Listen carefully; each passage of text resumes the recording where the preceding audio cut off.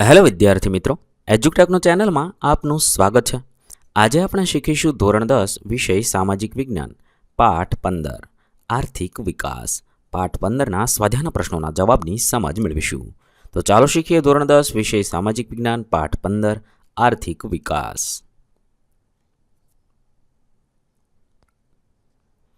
સ્વાધ્યાયના પ્રશ્નમાં પ્રશ્ન નંબર 1, નીચેના પ્રશ્નોના ઉત્તર સવિસ્તર લખો। સવાલ નંબર 1, વિકાસશીલ અર્થતંત્રમાં કોઈપણ 5 લક્ષણો ચર્ચો। વિકાસશીલ અર્થતંત્રના મુખ્ય લક્ષણો નીચે પ્રમાણે છે। 1, નીચી માથાદીઠ આવક। વિકાસશીલ અર્થતંત્ર ધરાવતા દેશોની વસ્તી વૃદ્ધિનો દર ઊંચો હોવાથી માથાદીઠ આવક ઓછી હોય છે, પરિણામે લોકોનું જીવન ધોરણ નીચું રહે છે। 2, વસ્તી વૃદ્ધિ।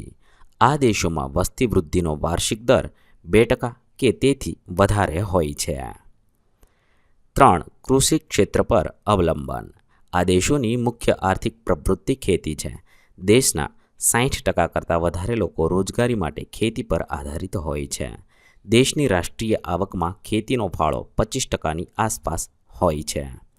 4, આવકની વહેંચણીની અસમાનતા।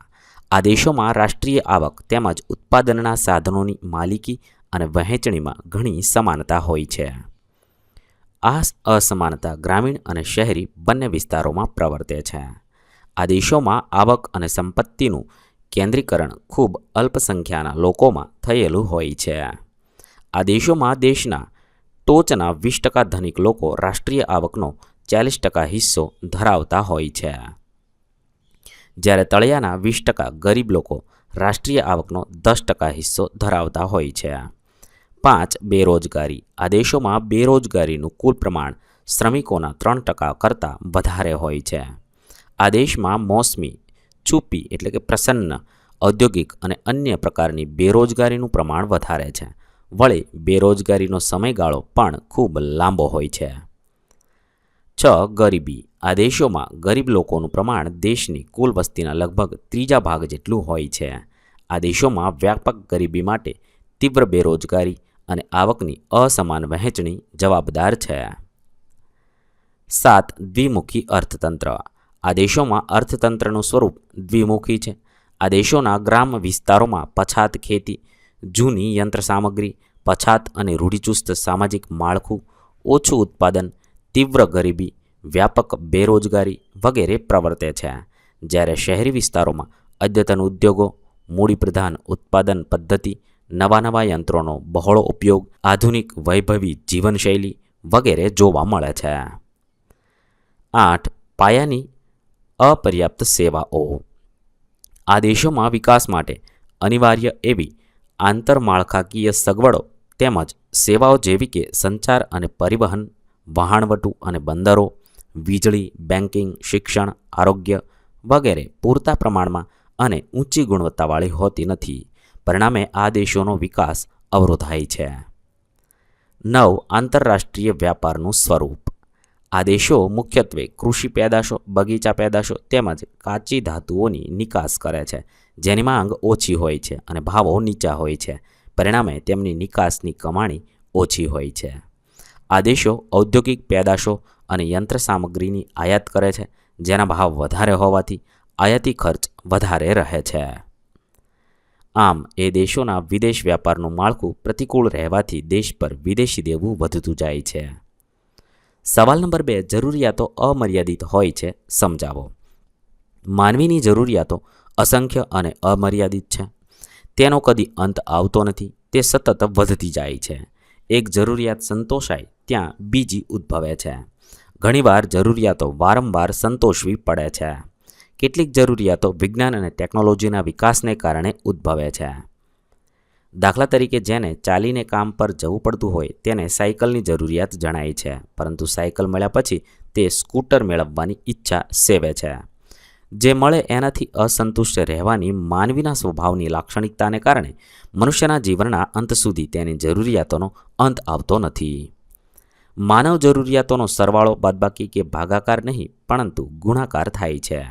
માનવ જીવનના વિકાસ સાથે જરૂરિયાતો સંતોષવાની રીત બદલાતી જાય છે. પરિણામે માનવીની જરૂરિયાતોમાં વધારો થતો જાય છે. આમ અનેક કારણોસર જરૂરિયાતો અમર્યાદિત બને છે. સવાલ નંબર 3. બજાર તંત્રની મર્યાદાઓની ચર્ચા કરો. બજાર પદ્ધતિના ગેરલાભો નીચે પ્રમાણે છે. આ પદ્ધતિમાં નફાને કેન્દ્રમાં રાખીને ઉત્પાદન થાય છે. તેથી દેશમાં મોજ શોખની વસ્તુઓનું ઉત્પાદન વધારે થાય છે, જ્યારે પ્રાથમિક જરૂરિયાતોનું ઉત્પાદન ઓછું થાય છે. તેમાં બજાર તંત્રમાં રાજ્યની કોઈ ભૂમિકા ન હોવાથી કુદરતી સંપત્તિનો દુર્વ્યય થાય છે. ગ્રાહકોની બજાર વિશેની અજ્ઞાનતાને કારણે તેમનું શોષણ થાય છે. બજાર પદ્ધતિમાં ઉત્પાદનના સાધનોની ખાનગી માલિકી હોવાથી સંપત્તિ અને આવકનું કેન્દ્રીકરણ થાય છે, જેથી આવકની અસમાનતામાં વધારો થાય છે. પરિણામે આર્થિક અસ્થિરતા સર્જાય છે. આ પદ્ધતિમાં ઇજારાશાહી વિકસે છે. તે ગ્રાહકો અને મજૂરોનું શોષણ કરે છે. સવાલ નંબર 4. મિશ્ર અર્થતંત્રમાં સાધનોની ફાળવણીની ચર્ચા કરો. મિશ્ર અર્થતંત્રમાં સાધનોની ફાળવણી નીચે પ્રમાણે છે. મિશ્ર અર્થતંત્રમાં જાહેર અને ખાનગી ક્ષેત્રનું સહઅસ્તિત્વ હોય છે. તેથી પાયાની સવલતો, આંતરમાળખાનું નિર્માણ, ઔદ્યોગિક વિકાસ વગેરેની જવાબદારી જાહેર ક્ષેત્રને સોંપવામાં આવે છે. જાહેર ક્ષેત્રમાં સામાન્ય રીતે વિશાળ પાયાનું મૂડીરોકાણ માગી લેતા પાયાના ચાવીરૂપ મૂડીસર્જક ભારે ઉદ્યોગો, રેલવે, વિમાન વ્યવહાર જેવી વાહન વ્યવહારની સેવાઓ, તાર ટપાલ અને ટેલિફોન જેવી સંદેશા વ્યવહારની સેવાઓ, રેડિયો અને ટેલિવિઝન પ્રસારણની તથા જીવન વીમો, બેન્કિંગ, વીજળી, મોટી સિંચાઈ યોજનાઓ જેવી સેવાઓ વિકસાવવામાં આવે છે. એ સિવાયના ઓછા જોખમી તથા ઓછું મૂડી રોકાણ ધરાવતા ઉદ્યોગો વપરાશી વસ્તુઓનું ઉત્પાદન કરતા નાના એકમો, કૃષિ વેપારી એકમો વગેરે ખાનગી ક્ષેત્રમાં કે વ્યક્તિગત રહે છે. એક સંયુક્ત ક્ષેત્ર પણ હોય છે, જેમાં જાહેર ક્ષેત્ર અને ખાનગી ક્ષેત્રના એકમો કામ કરે છે. દાખલા તરીકે માર્ગ પરિવહન, શિક્ષણ, આરોગ્ય વગેરે સેવાઓના ક્ષેત્રો. પ્રશ્ન નંબર 2. નીચેના પ્રશ્નોના ઉત્તર મુદ્દાસર લખો. સવાલ નંબર 1. સમજાવો ઉત્પાદનના સાધન તરીકે જમીન. જવાબમાં લખીશું, અર્થશાસ્ત્રની પરિભાષામાં કુદરતે સર્જન કરેલી, વિનામૂલ્યે પ્રાપ્ત થયેલી તમામ સંપત્તિ જેને આવકનું સર્જન કરવામાં ઉપયોગમાં લઈ શકાય તેને જમીન કહેવામાં આવે છે. આ દ્રષ્ટિએ પૃથ્વીની સપાટી ઉપરાંત તળાવો, નદીઓ, જંગલો, પર્વતો, પૃથ્વીના પેટાળમાંની ખનિજ સંપત્તિ વગેરે જમીન કહેવાય છે. જમીન એ ઉત્પાદનનું કુદરતી સાધન છે, કુદરતી બક્ષિસ છે. મનુષ્ય દ્વારા તેનું સર્જન થઈ શકતું નથી, તેથી તેનું ઉત્પાદન ખર્ચ શૂન્ય છે. જમીન માનવ સર્જિત સાધન નથી, તેથી તેનો પુરવઠો કાયમી ધોરણે સ્થિર છે. આથી માનવીએ બુદ્ધિપૂર્વકના આયોજન અને ટેકનોલોજી દ્વારા તેનો કાર્યક્ષમ ઉપયોગ કરવો જરૂરી છે. જમીનની ગતિશીલતા મર્યાદિત છે. જમીન ભૌગોલિક ગતિશીલતા ધરાવતી નથી. એક ખેતરને બીજે સ્થળે લઈ જઈ શકાતું નથી. જમીનમાં વિવિધતા છે. ફળદ્રુપતા અને ઉપયોગિતાની દ્રષ્ટિએ જમીનમાં વિવિધતા જોવા મળે છે. જમીનની ગુણવત્તા પણ એક સરખી હોતી નથી. 2. સમાજવાદી પદ્ધતિની ખામીઓ જણાવો. સમાજવાદી પદ્ધતિની મર્યાદાઓ, ખામીઓ આ પ્રમાણે છે. આ પદ્ધતિમાં ઉત્પાદનના સાધનોની માલિકી રાજ્યની હોય છે, તેથી ચીજવસ્તુઓના ઉત્પાદનને ઉત્તેજન મળતું નથી. તેમાં સ્પર્ધા કે હરીફાઈના તત્વનો અભાવ હોવાથી અર્થતંત્રમાં સંશોધનને ગતિ મળતી નથી. આ પદ્ધતિમાં વ્યક્તિગત સ્વાતંત્ર્ય જળવાતું નથી. તેના અર્થતંત્રમાં રાજ્યનો સંપૂર્ણપણે હસ્તક્ષેપ હોય છે, તેથી અમલદારશાહીનો ભય પ્રવર્તે છે. સવાલ નંબર 3. આર્થિક વૃદ્ધિ અને આર્થિક વિકાસ વચ્ચેનો તફાવત ચર્ચો. આર્થિક વૃદ્ધિ અને આર્થિક વિકાસ વચ્ચેનો મુખ્ય તફાવત આ પ્રમાણે છે. 1. આર્થિક વિકાસની પ્રક્રિયાને આધારે આર્થિક વૃદ્ધિ એ પરિમાણાત્મક ફેરફારો સૂચવે છે, જ્યારે આર્થિક વિકાસ એ પરિમાણાત્મક અને ગુણાત્મક એમ બંનેનો નિર્દેશ કરે છે. આર્થિક વિકાસ એ પ્રથમ અવસ્થા છે, જ્યારે આર્થિક વૃદ્ધિ એ આર્થિક વિકાસ પછીની અવસ્થા છે, એટલે કે આર્થિક વૃદ્ધિ એ આર્થિક વિકાસનું પરિણામ છે. 2. અર્થતંત્રમાં થતા પરિવર્તનને આધારે ખેડાણલાયક જમીનમાં વધારો થવાથી ખેત ઉત્પાદનમાં થતો વધારો એ આર્થિક વૃદ્ધિ દર્શાવે છે, જ્યારે અર્થતંત્રમાં થતા નવા સંશોધનોના આધારે ખેત ઉત્પાદનમાં થતો વધારો એ આર્થિક વિકાસ દર્શાવે છે. દાખલા તરીકે ઘઉં, ડાંગર જેવા પાકોના નવા બિયારણોની શોધ થતાં ઉત્પાદનમાં થતો અનેક ગણો વધારો એ આર્થિક વિકાસ દર્શાવે છે. 3. વિકસિત અને વિકાસશીલ દેશોના સંદર્ભમાં USA, Russia, Japan, England, France વગેરે વિકસિત દેશોની આવકમાં થતો વધારો આર્થિક વૃદ્ધિ ગણાય, જ્યારે Bharat, Sri Lanka, Brazil, Mexico, Argentina વગેરે વિકાસશીલ દેશોની આવકમાં થતો વધારો આર્થિક વિકાસ ગણાય. સવાલ નંબર 4. પ્રાથમિક ક્ષેત્ર વિશે નોંધ લખો. ભારતીય અર્થતંત્રના પ્રાથમિક ક્ષેત્રમાં ખેતી અને ખેતી સાથે સંકળાયેલ પશુપાલન અને પશુ સંવર્ધન જેવી પ્રવૃત્તિઓ, મરઘા બતકા ઉછેર, જંગલો, કાચી ધાતુઓનું ખોદકામ વગેરે પ્રવૃત્તિઓનો સમાવેશ થાય છે. સામાન્ય રીતે વિકાસશીલ દેશોમાં પ્રાથમિક ક્ષેત્રનું પ્રભુત્વ હોય છે. રોજગારી અને રાષ્ટ્રીય આવકમાં પ્રાથમિક ક્ષેત્રનો હિસ્સો સૌથી વધારે હોય છે, પરંતુ જેમ જેમ દેશનો આર્થિક વિકાસ થતો જાય તેમ તેમ માધ્યમિક ક્ષેત્ર અને સેવા ક્ષેત્રની સાપેક્ષતામાં પ્રાથમિક ક્ષેત્રનું મહત્ત્વ ઓછું થતું જાય છે. પ્રાથમિક ક્ષેત્રની તુલનામાં માધ્યમિક અને સેવા ક્ષેત્રનો વ્યાપ વધતો જાય છે. સવાલ નંબર 5. તફાવત સ્પષ્ટ કરો. આર્થિક પ્રવૃત્તિ અને બિન આર્થિક પ્રવૃત્તિ. આર્થિક પ્રવૃત્તિ અને બિન આર્થિક પ્રવૃત્તિ વચ્ચેનો તફાવત આ પ્રમાણે છે. આર્થિક પ્રવૃત્તિમાં પહેલું લખી શકાય, ચીજવસ્તુઓ સેવાઓના વિનિમય દ્વારા આવક મેળવવાની કે ખર્ચવાની પ્રવૃત્તિ આર્થિક પ્રવૃત્તિ કહેવાય છે. દાખલા તરીકે ખેડૂત, કારીગર, વેપારી, શિક્ષક, વકીલ, ડૉક્ટર, ઇજનેર વગેરેની પ્રવૃત્તિ આર્થિક પ્રવૃત્તિ કહેવાય. જ્યારે બિન આર્થિક પ્રવૃત્તિમાં લખી શકાય, જે પ્રવૃત્તિનો હેતુ આવક મેળવવાનો કે પ્રત્યક્ષ બદલો મેળવવાનો હોતો નથી, તે પ્રવૃત્તિ બિન આર્થિક પ્રવૃત્તિ કહેવાય છે. દાખલા તરીકે ડૉક્ટર ફી લીધા વિના ગરીબ દર્દીઓની સેવા કરે, માતા બાળકને ઉછેરે, વ્યક્તિ અંગત શોખ માટે ફૂલછોડ કે વૃક્ષ ઉગાડે, વ્યક્તિ સમાજ સેવાના કામો કરે. આર્થિક પ્રવૃત્તિમાં બીજો મુદ્દો લખી શકાય, તેઓ આવક મેળવીને અથવા ખર્ચ કરીને જુદી જુદી વસ્તુઓ અને સેવાઓ મેળવે છે. જ્યારે બિન આર્થિક પ્રવૃત્તિમાં તેઓ કોઈપણ સ્વરૂપના બદલાની અપેક્ષા વિના કામ કરતા હોવાથી તેમની પ્રવૃત્તિઓ બિન આર્થિક પ્રવૃત્તિઓ કહેવાય છે. ત્યારબાદ પ્રશ્ન નંબર 3. નીચેના પ્રશ્નોના ઉત્તર ટૂંકમાં લખો. 1. આર્થિક વિકાસ એટલે શું?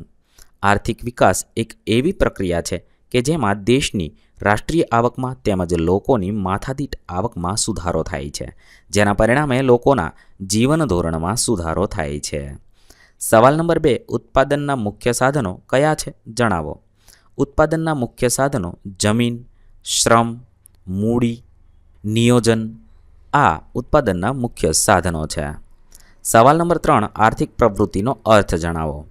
ચીજવસ્તુઓ કે સેવાઓના વિનિમય દ્વારા આવક મેળવવાની કે ખર્ચવાની પ્રવૃત્તિને આર્થિક પ્રવૃત્તિ કહે છે. દાખલા તરીકે ખેડૂત, કારીગર, વેપારી, શિક્ષક, ડૉક્ટર, વકીલ, ઇજનેર વગેરેની પ્રવૃત્તિને આર્થિક પ્રવૃત્તિ કહેવાય છે. સવાલ નંબર 4. ભારતે કઈ આર્થિક પદ્ધતિ અપનાવી છે? જવાબમાં લખીશું, ભારતે મિશ્ર અર્થતંત્રની આર્થિક પદ્ધતિ અપનાવી છે. સવાલ નંબર 5. સાધનોનો વૈકલ્પિક ઉપયોગ એટલે શું? જવાબમાં લખીશું, ઉત્પાદનનું કોઈ સાધન એક કરતાં વધુ ઉપયોગમાં આવતું હોય તો તે સાધન અનેક ઉપયોગો ધરાવે છે. આ સાધનનો એક સમયે એક જ ઉપયોગ થઈ શકે છે, તેથી આ ઉપયોગ વૈકલ્પિક છે એમ કહેવાય.